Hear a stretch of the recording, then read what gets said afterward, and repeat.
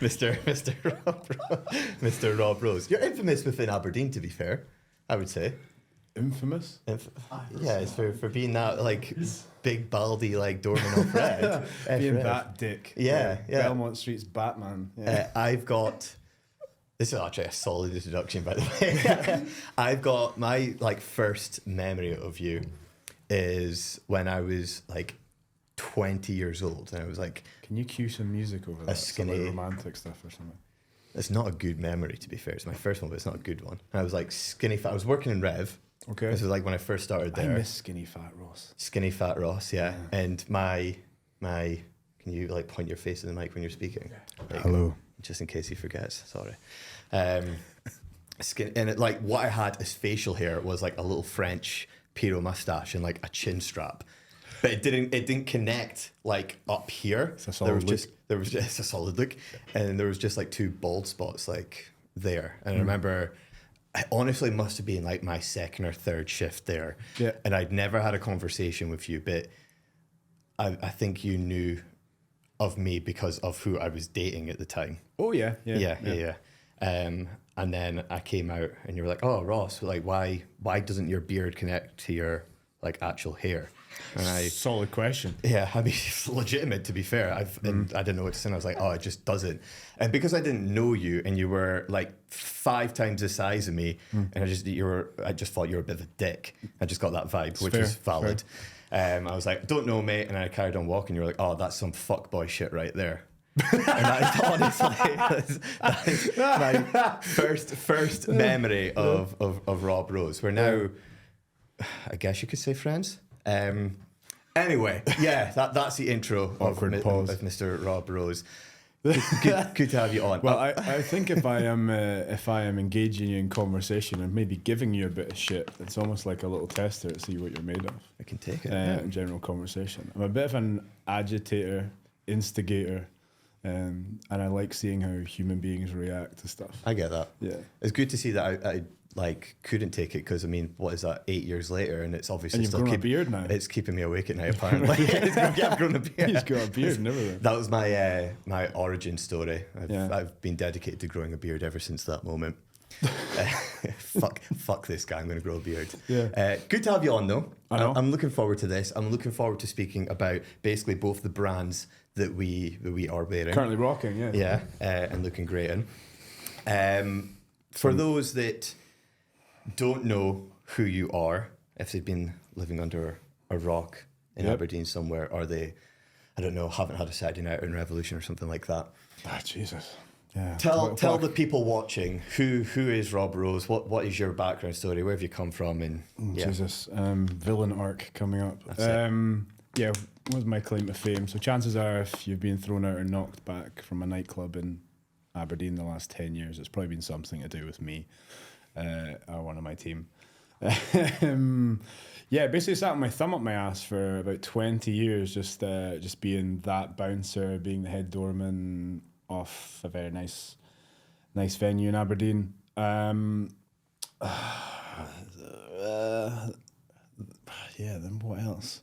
What else is there to say? Are you from Aberdeen? No. So I'm originally from sunny Inverness. So I have like a large network of like professional contacts, friends, family, people I've given abuse to, but ultimately like helped them out, looked after them in some way, shape or form over years and years and years of just, I don't know, being someone that like shows up over and over and over again. Not sure. I don't really I've never really talked about myself like this before. This is strange for Rob. What brought you from Inverness? What forced that move from Inverness to Aberdeen? So I had done the door for a number of years, and somebody I knew in Aberdeen had taken on quite a large contract at a very large nightclub, and that nightclub was quite rough. And they were being threatened with closure almost immediately on taking over the contract. So they were like, hey, I know a guy. And the original deal was come down for 3 or 4 weeks, try and steady the ship, sort this place out. Similar to that Livingston gig. We'll get into that, by the way. Yeah. Come through, settle down for 3 weeks. So I came through for 3 weekends on the bounce. I had a day job at the time. Came through for 3 weekends, and the GM of that nightclub was like, "What would it take to just have you here all the time?" And I was like, "Nah, just you can't afford that, man. It's just, I live in Inverness. This is Aberdeen." He's like, "Nah, give me like a figure, and like let me see what I can do." And I was like, "All right, well, this is what I earn at my day job, and this is what I earn coming down here for the weekend." And he's like, "Right, okay." And I was like, "And this is what it cost me to move here. This is what it cost me to rent a place." He's like, "Okay, deal." Yes. So I was kind of taken aback and shocked. I said, "Look, give me a week to think about it," and then I moved down, and fuck, I never left. Good. Yeah, And you're settled in Aberdeen for the past 200 years. yeah. It was during the war, so coming out of World War II. Yeah, so that was the initial. I am down in Aberdeen. I briefly worked in Aberdeen for 3 or 4 months, maybe 5 or 6 years previous to that. So I had a decent knowledge of the hospitality industry down here, how it worked, key players, stuff like that, venues, doormen, etc. So I already had like a decent level of a network down here. So it's quite easy to transition down here, build a team, build that venue, keep that venue open. And then this is where we probably lead to us bumping into each other.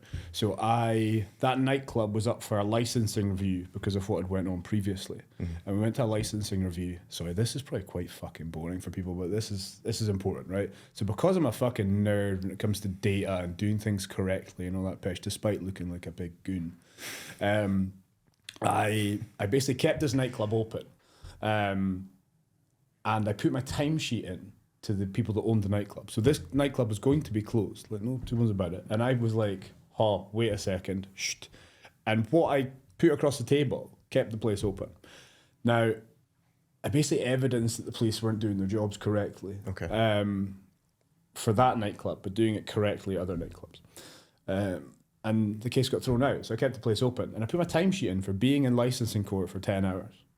Which I think is fair. Absolutely. Yeah. And the owner was like, "I'm not signing that." I was like, "What?" I said, "I'm not signing that." So I'm not paying you for that. It's your job to come in. I'm like, "Maybe you get paid for a job." And we had a bit of a debate about it. And I was like, "Cool, I will leave. Yes. I'll go somewhere else." And he was like, "Go somewhere else." I was like, "Okay then." So yeah, I ended up being the head steward at Revolution on Belmont Street. Wonderful place. And that nightclub closed 3 months later and never reopened. Oh. Still remains closed. Yeah. So there you go. And that was probably when I bumped into puby face Ross. Puby face Ross, yeah. Little skinny fat spice boy Ross. So obviously fairly experienced in, say, the security sector industry. Yeah. I guess that's a good segue into the first company or brand that you now run. Yeah. The lovely top that Rob is sporting there. Hello. Just what I was wearing. Yeah. Cool. Let's go into Taylor Security Services. Exactly. Obviously working as head doorman at Rev for a significant amount of time. Yeah, did my time. At what point did you decide, right, I've had enough of this shit. I want to basically create my own security company and do it better? Man. Right. So where to begin? So I worked for, and I won't besmirch these security companies that I worked for previously, because there's only 2 of them to mention of note. And how I see it is they gave me the experience and training I needed to do what I needed to do next. They didn't see value in Rob. That's fine. And the company I'd worked for quite a long years, I was essentially and you know this from that time in Livingston, that's a good example. So they used me as almost a problem solver. So there's an issue here, there's an issue there, and this went throughout Scotland. I would then have to go to said venue, said place, and try and turn it around and make it useful. And I would do that. And there's not a whole lot of that in the industry. So I saw myself as a bit of an asset. And then as I progressed through the company, I got to a point where I needed, sounds really simple, but I needed a salaried position. Because I was at an age where I was like, mortgage, house, blah, blah, blah, as you do. I'm old as fuck now, so I need to be doing big boy stuff. Man, fuck. Because I was earning a very, very good wage, but it was all like, man, if I had like don't know, I'm old, so if I just, have a trip and a fall and I'm off for a year, I don't get fucking paid. So I was like, I need some level of security, entertainingly, in the security industry. And they weren't willing to do that. And I was like, oh, wow, you don't see the value in Rob. And I was already doing quite a lot in Aberdeen for them, just looking after the entire area for them, under an over manager. And they didn't see the value. Now, at that point, COVID kicks in. And for this company, I am then subcontracted to another company, a much larger company, a global company. And they almost instantly see the value in Rob, because they're like coming to me with these mad problems, and I'm like, yeah, give me an hour, move some bodies about. And I'm like, there you go. And they're like, how did you do that? I'm like, well, this is what I did. I phoned him, and how did you get him to do that? It's like, well, I don't know, man. And I honestly, I don't know how, but I will, if there's a problem and it's manpower related, I can generally tell who's going to be susceptible to certain things, who's not, and how that jigsaw is going to fit and how best solve the problem. So I just, throughout that COVID time, I managed the quarantine hotels contract. At various hotels, and it's quite large. It's like 16 guards during the day, 12 at night, and I continually managed that and problem solved it. So when it came to that scaling back, that company were like, hey, you need to come and work for us, not them. And I was like, well, like, I've been with them a long time, and there was a fee, almost like a penalty, if they poached any staff, and they were like, we'd be willing to take that hit if we could get you. And I was like, oh, fuck. And that, like, I was like, fuck, I feel really special, warm and fuzzy inside. So I went to my boss at the time and said, look, this is what I've been offered. I'm going to go. And he was like, what, you would actually leave? And I was like, yeah. Like, you guys don't see the value. This job was also Monday to Friday, not standing on the door being spat at, things like that. So it was Monday to Friday, working for this other giant company. And they came back with like a counter offer that was less than the offer I was getting made. I was like, so I work Monday to Friday, I get a company car, I get substantially more money and a salary, and now you've come back with a smaller salary than they'd offered. So I was like, no, thank you, but no thank you. Moved on, went to this other company. I worked with them for a year before anything really important happened. So I just did the do, and I almost like, because this company was largely corporate, this is an important thing, and there's a good wee nugget of story in here. So I like diluted myself to look more like fucking Ned Flanders, like I dress slightly differently, like almost fucking neutered myself going into these like venues like this. They're fantastic, look stunning. You stick out like a sore thumb. I'd be like, holy fuck, they think I'm here to rob the place because I'm a big fucking goon. So yeah, I diluted myself for maybe about a year, and because I'd taken a step away from the hospitality side of things, should we say, door work, security work, that industry was going through a bit of a turnover with COVID and stuff coming through. And all the people I'd been looking after were suffering to a certain degree, like unhappy with the service they were being provided after I'd left. And I got offered a couple of contracts. And I was like, no, don't want to do that. That's not for me, blah, blah, blah, blah. So there's a pivotal moment. And I was in an embassy in Edinburgh and with my previous employer, and this place is beautiful, stunning. You have to phone in advance to get the ballers lowered to be allowed in. You're in a glass box. They scan you. You come in. And I was there with my boss and my boss's boss. Now the two guys that were in the reception looked just like me. Yeah, just big, horrible juicers covered in tattoos, but carrying firearms and medium polo shirts, like terrifying looking guys. My boss was like, fuck, they look cooler. And my other boss is like, fuck, they look cooler. And I'm like, it's fucking me. I'm just dressed like a fanny because I have to come into these places with you. I'm dressed like Ned Flanders because that's what you guys want from me. And I was like, fuck. I was like, I feel like I'm wearing a bit of a mask here. I feel like this isn't me. Mm-hmm. And it was without getting too deep and meaningful about it, it was causing me a lot of stress in my private life because I was almost like, I just want to go into situations how I would usually go into a situation. I was having to like come in and be like, softly approach, blah, blah, blah, blah. And I was like, this is really not me. So I'd be like, You know how you see an actor going through like a scene before he goes into do, you know, Robert De Niro goes into Heat or something like that. I was like, sit in my car outside for like 10 minutes, being like, right. Reciting shit in your head, or I can't swear at this guy. I can't intimidate him. I need to watch him. This client's really important, and it's a nice venue, and everyone's dressed really smart, and you're not the most articulate guy. And I'd have this like almost talking myself out of the level of ability and confidence I have, and I'd go into the venue or site, and I'd have like a really diluted. I'd hold back on what I would want to say, not like being a prick or anything, but they would rather I didn't call them on their bullshit in these meetings, which is not how I operate. And generally I'll push back. So for instance, I'm always like so a lot of security companies and providers will try and make the client as happy as possible and just say yes. People please, yes, man. This is fine. Yes, we'll make this happen. Whereas I'll go, I can't deliver that.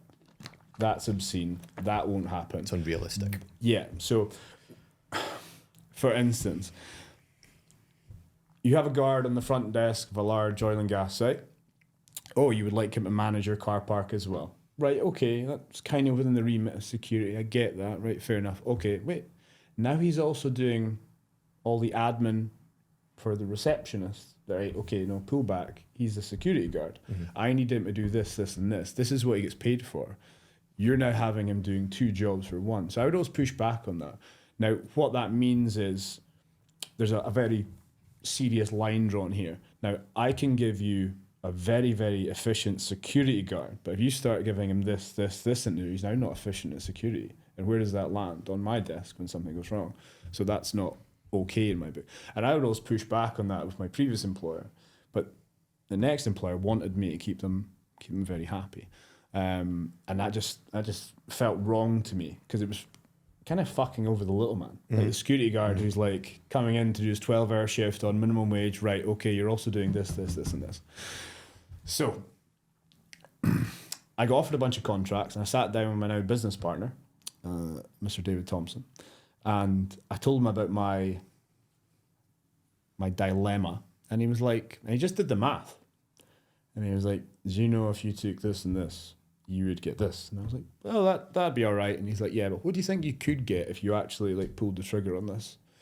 Kind of bet on yourself. And I was like, I'm pretty confident I could get this and this. And he's like, right, what do you think that adds up to a week? And from managing the venues previously, I was like, this and this. He's like, right, so that'd make this figure and it would be yours. I was like, right, but like, yeah, I don't know. So we had maybe 3 or 4 conversations like that.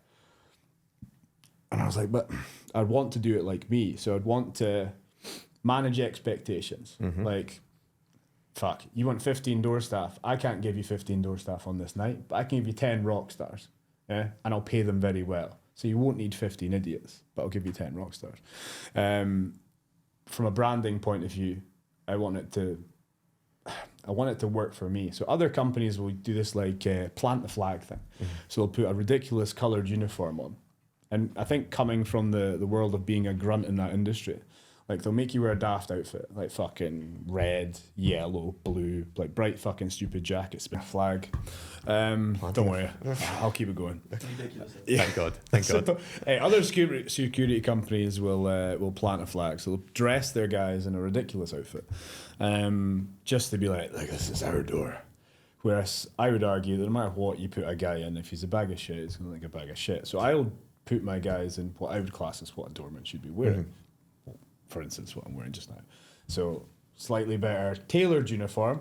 Boom. Better quality uniform. I dress my guys better in higher quality gear. And generally, my guys will look better, perform better. And a really big thing for me is having intelligent people working for me because smart people make smart decisions. So I have guys that are very small in stature, but are very intelligent. So they will go in and problem solve. Rather than resorting to violence, aggression, trying to start a fight, all that jazz. Nobody wants to And I've worked with like fucking a million doormen over the years, and I've worked with stupid ones, I've worked with intelligent ones, and I can 1000% tell you would rather work with an intelligent one versus a fucktard. So yeah, I remember one doorman, for instance, at Rev, probably around the PB face time, when I got there, he just wanted to go with everyone. He'd be like rolling about on the floor, he'd rip trousers, he'd break watches, and I'm like, why are you like this? And he's like, he called me short, he called me this. Like, well, you are short. Like, so I feel like you maybe need to get another fucking job. Because I get called fat and bald every fucking week. I get called racist every fucking week, and I don't give a fuck. Like, I'm not going to go, oh my God, I'm not going to fucking go home and cry into my pillow because of it. Whereas some doormen will be like, I want to roll about in the floor with people. Like, because they're fucking idiots. I'm like, man, you're on the floor. Like, you're covered in fucking piss and gutter and shit. Like, get the fuck up. Anyway, sorry, I went off on a tangent. That stuff irritates me. So yeah, generally I employ smart people. I dress them better. I only look after nice venues. And I look after my guys, because that's I'm not fucking Richard Branson. But I look after the guys because they look after the business. They look after the clients. I can't be there all the time. David can't be there all the time. So we look after the guys, and that's the nucleus of it. That's the money shot. Like, you look after the guys who look after your business, and it's almost fucking self-sufficient. We don't have call-offs. When I remember working for other companies, you'd have like 14 people call off on a Saturday night. Nobody calls off. Nobody phones in sick, because you're not phoning in sick on largefaceletscorp.com. You're phoning in and you're calling in sick on this team that you've integrated into. So you're like in this little squad of friends. You're letting the guys down. You're not letting some generic shite company down. You're letting us down. So that's where I probably differ from other security providers. I think the big emphasis of why, or what makes Tailored stand out is the emphasis on customer service. Yeah. And the game has changed. The game has certainly changed. And I think another thing as well, just from being an employee, not so much anymore, but still make the odd cameo, is back when we worked for a previous security company. Yeah. And you knew you were going into a shift where you hadn't worked with the other person who's going to be on with you. There was that fear that you were just going to be lumped with Joe Blogs who had zero experience, no stature, no presence, and was unintelligent or just a general dafty or maybe egotistical, etc. Whereas now, working with Tailored, I know anytime, even if I'm walking into a shift, it's maybe last minute, and it's with someone that I've never met before, I know that person's not going to be a dafty. I know they're going to be up to a certain level of standard, and there's absolutely zero way that they'd be working for the company if they were an absolute dafty. Yeah. So we've like, even from a client basis, we've turned down as much work as we've taken on. From a staffing point of view, we've probably interviewed and turned away more staff than we have taken on. And I think that's a good rule of thumb. So if, I'm like an old fishwife, like if I get a bad feeling about someone, I'm like, nah, there's someone not right. And more often than not, that's correct. Yeah. Dave is probably more like, but he's probably a bit more Disney. He's like, we need to give everyone a chance. And that marries pretty well with my skepticism. Yeah. Versus his, we need to give people a chance. But so somewhere in the middle, we come up with this is our level, and this is what you need to do. And that serves us pretty well. So generally, you're getting, and I'm not a fan of using numbers, but I would say if you're faceless corp, you don't know what you're getting, you're probably turning up and there's going to be 1 8 out of 10, and then a couple of 2s and 3s that have never done the job before. So you're probably having to lean on this guy. What's the chances of a full-scale riot kicking off, and where's that going to leave you? Whereas with my squad, they're all generally at 8 and up. And that's something that you just don't get in this industry. And what I mean by an 8 is, you don't have to be good at violence, but all these characteristics, abilities all marry up. So someone who's well-presented, smart, intelligent, is physically able. Like, all those things make them a legit doorman. Whereas other companies might have someone who's spectacular at violence but fucking terrible at customer service, which then always leads to violence. Yeah. And maybe isn't the most intelligent chap, so again, doesn't problem solve, and again, leads to violence. So my guys are usually very intelligent, know how to problem solve, are good at customer service, but also physically capable. And that means if you rock up to a shift, you're likely not going to have to roll about on the floor with people because you've got a team of intelligent guys around you. I think a prime example of this is... I feel like this is a fucking infomercial, dude. Yeah, we're just upselling tailored. Yes. A prime example of this, and to be fair, this is when we were working for the previous security company, is during it's that Livingston story. Yeah. During the Aberdeen local lockdown. Let's reminisce. To be honest, do you want to give a little... Because I actually don't even know how it came about. Basically, there was a Weatherspoons that asked... They put the bat symbol up. And then we arrived. I got a phone call and I went something like, hey, I think Aberdeen had been local lockdown. Yeah. So it was local lockdown in Aberdeen. We were all sitting with our thumbs up our ass. I was having to justify my wage at that point, again, driving around the country, filling in gaps, fixing things. I worked like Peterhead Court for like 3 months. I worked Brewdog doing night shift, which is actually a handy thing. That's another funny story. I should just do an old bouncer doorman memoir pitch. But yeah, we'll get to Livingston. That's the point. So they phone me and say, hey, we've got a big problem with Livingston. Now, I can't remember.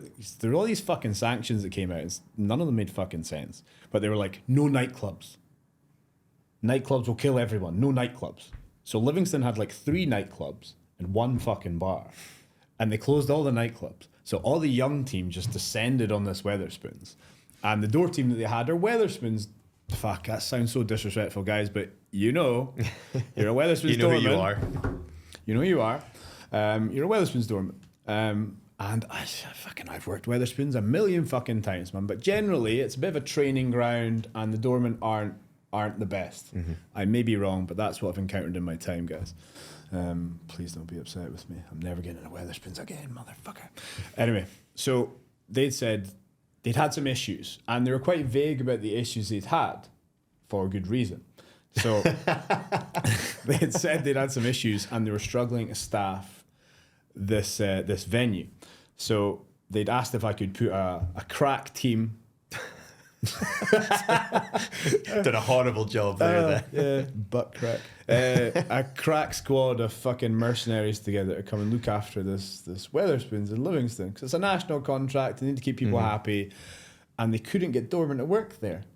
So I think I probably, looking back, I maybe should have dug into it slightly deeper, but I didn't. I was like, I know guys that want to do this job. So I phoned them and they didn't answer. So I phoned you. You picked up. You were like, yeah, okay. Plan B. You were like, yeah, fuck it. There was an ulterior motive. Absolutely. Yeah. So gyms were also closed in Scotland. And I had found like a Snap Fitness over the border. So it was like, we can go here and then we can just nip across and train legs. Total meathead mentality, isn't it? It's like, we don't care about getting paid during this crisis. No. We just want to go and train. Yeah, we're like, but we can go and like use a leg press and stuff. Ooh, that's exciting, yeah. So I'd found a Snap Fitness just over the border that we can get a guest pass at. So I was like, look, we can go down, work a couple of shifts, go train, come back. And I don't think either of us had trained properly in a gym in probably a couple of months, like training in our sheds. Oh, yeah. Living rooms, doing band work and pitch. So anyway, that was a great shout. So put the team together, made a bit of a deal. I think we'd agreed to all get a very decent rate to go down and do it, travel time, all that jazz. So it made sense financially to go down and do it. So we all bundled into one car, drove down to Livingston, staying in a Premier Inn, where I discovered Ross is the loudest snorer in the history of the world. Holy fuck, dude! I put Fuad's podcast on and my noise cancelling headphones on every night to get to sleep. Sorry, man. It's cool. It's cool. I got a lot of educational content through that. Yeah, so we went down there and we got there, and the lovely woman who hosted the place, don't know if you remember her, large woman, very locally connected. She was like, "Oh, thank fuck." Fucking proper bouncers, fucking yes. Like, the fuck? Like, I was like, yeah, you guys are struggling to get staff. Struggling to get staff? Is that what they told you? Right. So what transpired is the young team had turned up, kind of taken over the venue. The doormen there weren't the best. Couldn't handle the volume of people, incidents, the young team, Neds, etc. And nobody was adhering to the guidelines. So the police were coming into the venue over and over again. So when the doorman in question went to interject and remove these gentlemen, they were set about and chased to their cars. And then the young team came back later at night, chased them back to their cars and started hitting their cars while they were like cowering in their cars. That's the story I got told from the nice lady at the Westwood front desk. Turns out some of them had knives, they chased into the cars, they're all hiding in their cars, like, oh my God. And then they phoned Rob and were like, hey, you come and look after those Weatherspoons? Yeah, no bother.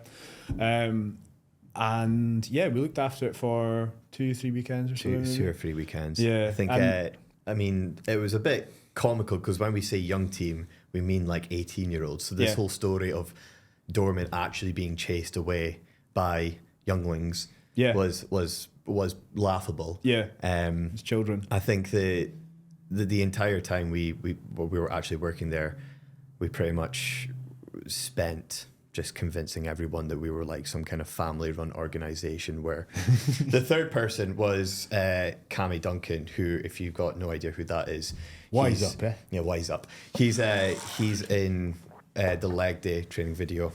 Further down on this on the YouTube channel, subscribe, comment. And subscribe, click that bell button thing. He was the third person that came along, and we managed to just basically convince all these Livingston, I was going to say creatures, that's maybe a little bit harsh, all the young team, that we were basically a family run band. So me and Cammy were twin brothers, and then Rob was basically our dad, and we were just a family-run security company. And people seem to believe it. Yeah. Me and Cammy, I can almost understand. That's just a thing that people assume that we're related. You, on the other hand, I was pretty insulted by. Yeah. But it is what it is. But it was we have the same hairline. Yeah, my AstroTurf hair. But that's generally one of my, I think, fondest memories of actually working within a security, is us three going down to Livingston, working just like a piss easy shift, not understanding why they needed reinforcements, essentially. Yeah. Getting free food throughout the weekend. Yeah, the manager was that happy to see like actual doormen arrive that he was like, whatever you want for free. I'll put your dinner on now. Shout out Big Al. Shout out Big Al. Yeah, Big Al. Fucking Big Al, what a hero. And then just like, so we'd start our shift at like sometime in the evening. Yeah, it was like 4 or 5 or something. Yeah, and then pretty much get up early doors in the morning, go to the accommodation, the Premier Inn where we were staying, to the Weatherspoons, get our breakfast free there, go down to... Well, this is where Cammy took over. So I said, let's go to fucking Snap Fitness in Carlisle. He's like, no. We're going to Durham. I was like, what? It's like, we can go Ultraflex. And I was like, it's like fucking 3 hours or something, and 3 hours back. He's like, aye, Ultraflex. Fuck. All right, man, you want to give that a crack? So we would literally like, you'd eat 14 breakfasts, we'd eat normal food. That's when I discovered your appetite. It's terrifying. I still tell people stories about that. I remember like ordering breakfast and then like all this food turning up. I'm like, who's eating that? And you're like, me. I'm like, very good, you fanny. And he just bottomless pit. Fucking terrifying, man. Yeah. It's probably the most impressive thing I've ever seen you do, to be fair. Thank you. Then we literally got in the car, drove to Ultraflex, trained for 2 hours, and we were still like in our gym kit, sweaty and shit. Got in the car, drove back, and literally like changed, went straight back to work, and then worked that night just to go and fucking hit Ultraflex for legs. And we did that for X amount of fucking weeks on the bounce. It was a great time, man. It was. It's a fond memory of mine. Yeah. I think that sort of relating, going back off on a tangent, a very long-winded tangent. If I was to do that and within that security company and not know who I was going with, like I would have never agreed to that. Yeah, and that's the sort of thing no. Exactly. Yeah. And that's the thing that makes Taylor stand out, is the fact that you could have probably, back then, if I was working for Tailored, if it was around then, and you were to put that proposal across, I would have probably still would have said no, because it's Livingston. But Great place. I would have been more likely to say yes, because I know the standard of people working within the company are like top tier, the elite. One thing I want to get into is the second brand that's being worn, and that's Granite City. Okay. And I think that's the one that everyone wants to fucking hear about. I think it's your baby. I think it's I think it's something that is completely just grown arms and legs. It's fucking taken over. It's now worn throughout Scotland. Yeah, it's cool. And it's fuck it. Yeah, let's talk about that. Where did it come from? Right, so I've been at a lot of shit bodybuilding shows. And I used to help out a bodybuilding show, the Highlands and Islands IBFA show. I used to help my friend Gavin with that. Not a big deal, just help run backstage and stuff. And I think through being a fan of the sport, a fan of the people involved, I was just always aware of how bodybuilding was evolving. And he had and I love Gavin. He was a great guy, but he had like a set business model, and it was I was like, this could be done better. And it was very simple. It was almost like, let's create a Facebook event, let's put the show on and see what happens. And I was like, I think if you built this up over time, built sponsors and got like a proper venue and blah, and I'd made suggestions a couple of years, and he didn't take a lot of them on. He took some of them on, and then I was talking about it with just shooting shit with the guys on the door. I was like, hey, I think I can probably do this better than a lot of other local shows I'd been to, because there's so much talent in Aberdeen. I use Aberdeen specifically, but north of Scotland, Aberdeen, and they were having to travel like to go and do X show in fucking England and blah blah, and a lot of them wouldn't bother doing a Scottish show because they were all shit. No offense, guys, but like that whole like I'm putting it on in a fucking sports centre somewhere in plastic chairs with a tiny wee stage, pish, man. So no production value, no. Like, music's all the same shit. Like, and I use ACD Thunderstruck as an example, right? And I love ACD Thunderstruck. One of the greatest fucking tunes ever made. You're on a fucking treadmill. Not that I know what that feels like, but I assume, like, that's a great track. You're on a fucking your weight squat is a fucking great track. But you've got like a 2-minute lead in before it drops, and it's a fucking banger. And they would just start it from the beginning. So it'd be like, and it boiled my piss. And be like, am I right? Yeah. And it'd be time for the guys to get off stage, and the tune's just dropping, and I can see them livening up, and then boom, it's time to go off. I was like, this could be so easily solved if you had somebody up there that knew what they were doing with music, or you pre-cut it, edit it, etc. Put some effort in. Nobody did. Fuck. That's me pissed off Wetherspoons doorman, pissed off Scottish promoters. We're coming for everyone. Who else today? We're coming for everyone. Yeah.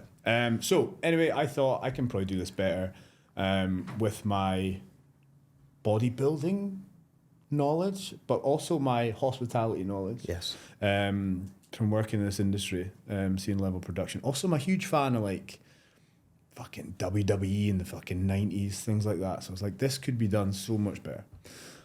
So bounced off a couple of people, and some people were positive, some were negative. And I was quite selfish. I was competing that year, so I was like, I'm not going to put it on this year. But I spoke to the chap Martin at the IBFA and said, look, I want to do this. He's like, oh, that'd be a great shout. I was like, cool. I was like, well, I'm not doing it this year, but I'll do it next year. So I came up with an idea. I went and visited venues, and I picked a date. And again, this is something that Scottish shows did randomly, and it never made sense to me. So if you've got like the biggest show in Scotland, which is BCA Scottish now, they would put their shows dotted throughout the year. So if 90% of Scotland are in shape at this point, why is your show over here? Yeah. And why is your show over here? I was like, if you just put this within, close proximity to this show, it'll be a hit. So I was like, cool. When are you wanting to? Sorry, I forgot what I was going to say. Brain fart. So I put my show around when the biggest show in Scotland was going to be, announced it, and then COVID hit. Big torpedo. So I sold the show out, and then COVID hit. So I was told I had to postpone the show. So that was sad, because I'd put like quite a lot of time, effort, work, booking everything, flyers, posters, things as simple as that. And then I was told when gyms reopened and the world started to open up, I could rebook it. And I was like, okay. So as soon as they said it's opening around here, I was like, cool, rebook the show, boom, resold it out again. So 272 tickets each time, 272 tickets. The third time, They closed it down. They said, look, the world's opening up again. Fucking Nicola Sturgeon was like, everything can go back to normal. You can rebook for this date. I was like, right, okay. So rebooked the venue. And then it came to, again, sold it out. So that's 3 times. Sold the venue out, reorganised sponsors, reorganised everything.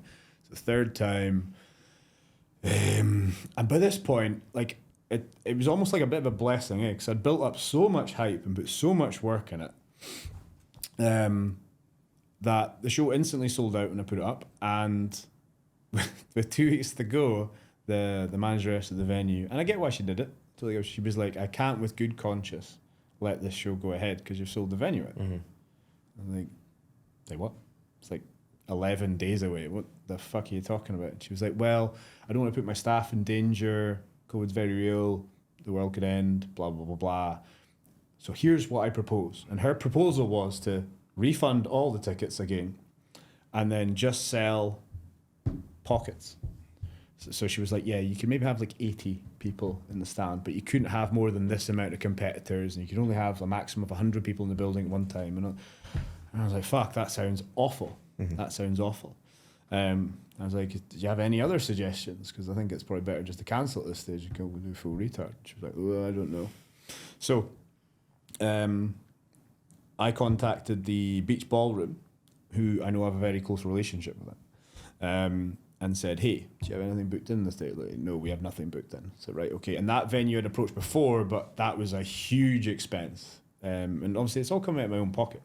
So I was like, right, it's not something I afford. So I then spoke to the original venue, and they had a conversation. And they said, look, let's just transfer the tickets across. So I went to the venue, the ballroom, and I said, look, how many people can I put in this venue? And like, well, we're much bigger, so you can actually sell another 100 tickets, mm-hmm. maybe more.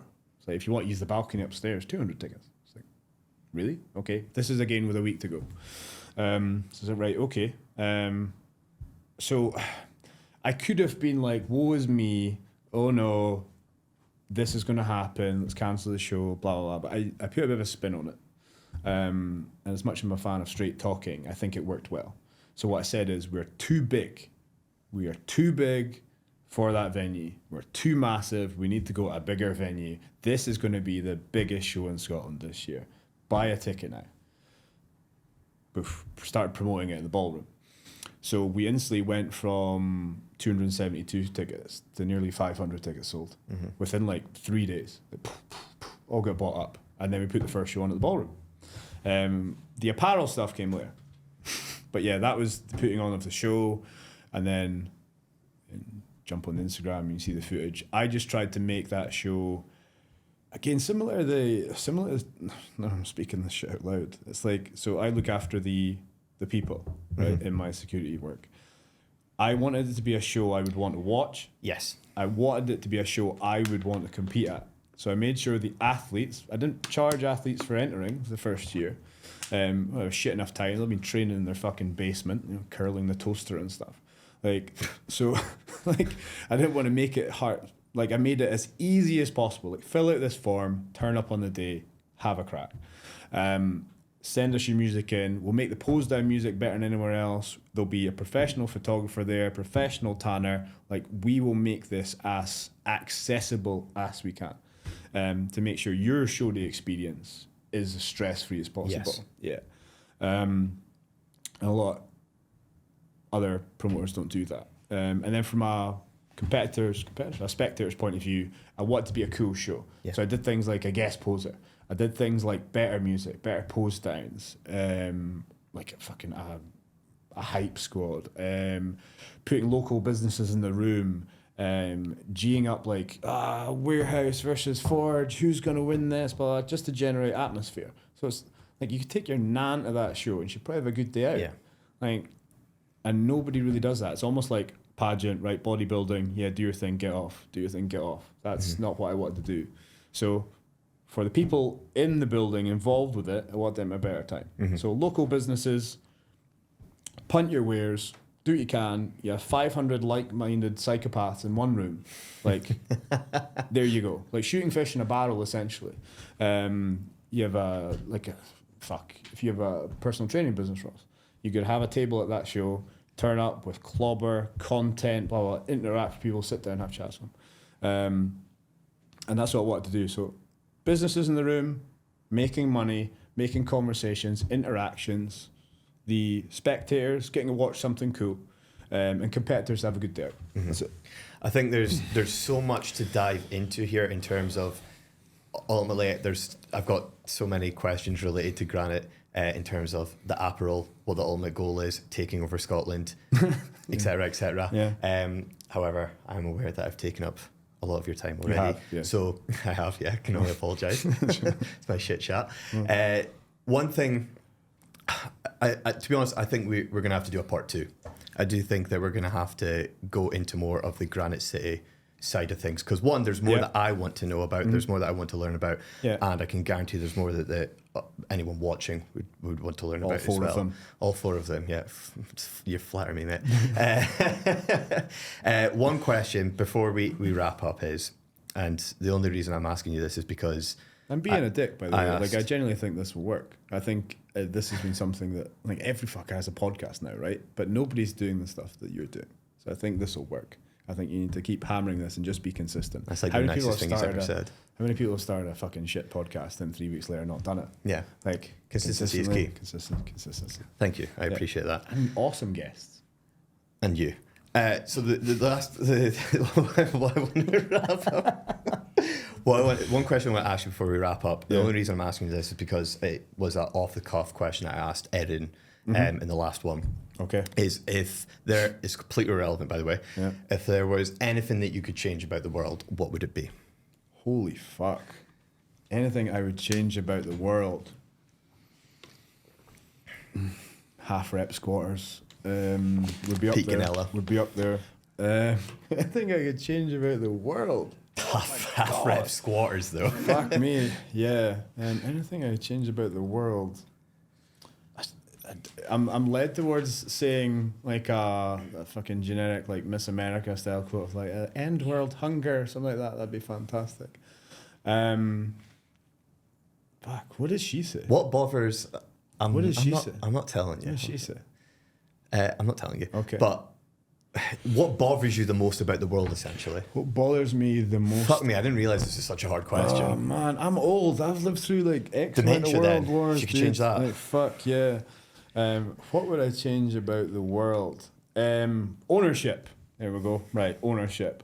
So we all have friends, we all have families, we all have people that are whinging bastards, and we all go periods of being a whinging bastard occasionally. Now, we all have that person in our lives that is a whinging prick all the time. Mm-hmm. Now, like we discussed earlier, you're the captain of your ship, you're the director of your fucking movie. You decide what you want to be, where you're going to fucking go. And at one point in my life, I got like a fucking rude awakening. And I was like, this isn't how I'd imagined my life being. Mm-hmm. Like, and I just made a fucking decision to be like, yeah, I'm going to not be shit anymore. I'm going to be better at shit. I'm going to take ownership of my fuck ups. And a lot of people are like, oh man, my job sucks. Get a fucking new job. Or keep that shit job, but educate yourself so you can then go and have an opportunity to do something else you actually want to fucking do. Like, take ownership. You are where you are because of you. I think that's, yeah. And that boils my fucking piss. Accountability then, yeah. Almost. I think something that a lot of people need to realise is where you are in life and where you are currently is basically a compile, fuck me, English, Ross. Basically is a lead of, it's a group of decisions that you've made throughout your life. Yeah. In the past 5 to 10 years, depending on how old you are, whatever, where you are currently is because of a series of events and actions that you and decisions that you have made. Yeah. And ultimately accepting that and holding your hands up and being like, where I am in life right now is due to my own actions. Yeah. Accountability. Yeah. Accountability is probably better. Absolutely butchered that, but yeah, I completely agree. Awesome. No, that was completely different to Erin's, by the way. Yeah. So. Interesting. You can sleep easy tonight. Yeah. Anyway, thank you very much, Rob. We'll get you on for a part 2 because I do want to hear more about Granite. I'm sure everyone else does as well. It's been emotional. It has been. Fuck's sake. Thanks a lot, guys, and we'll catch you in the next one.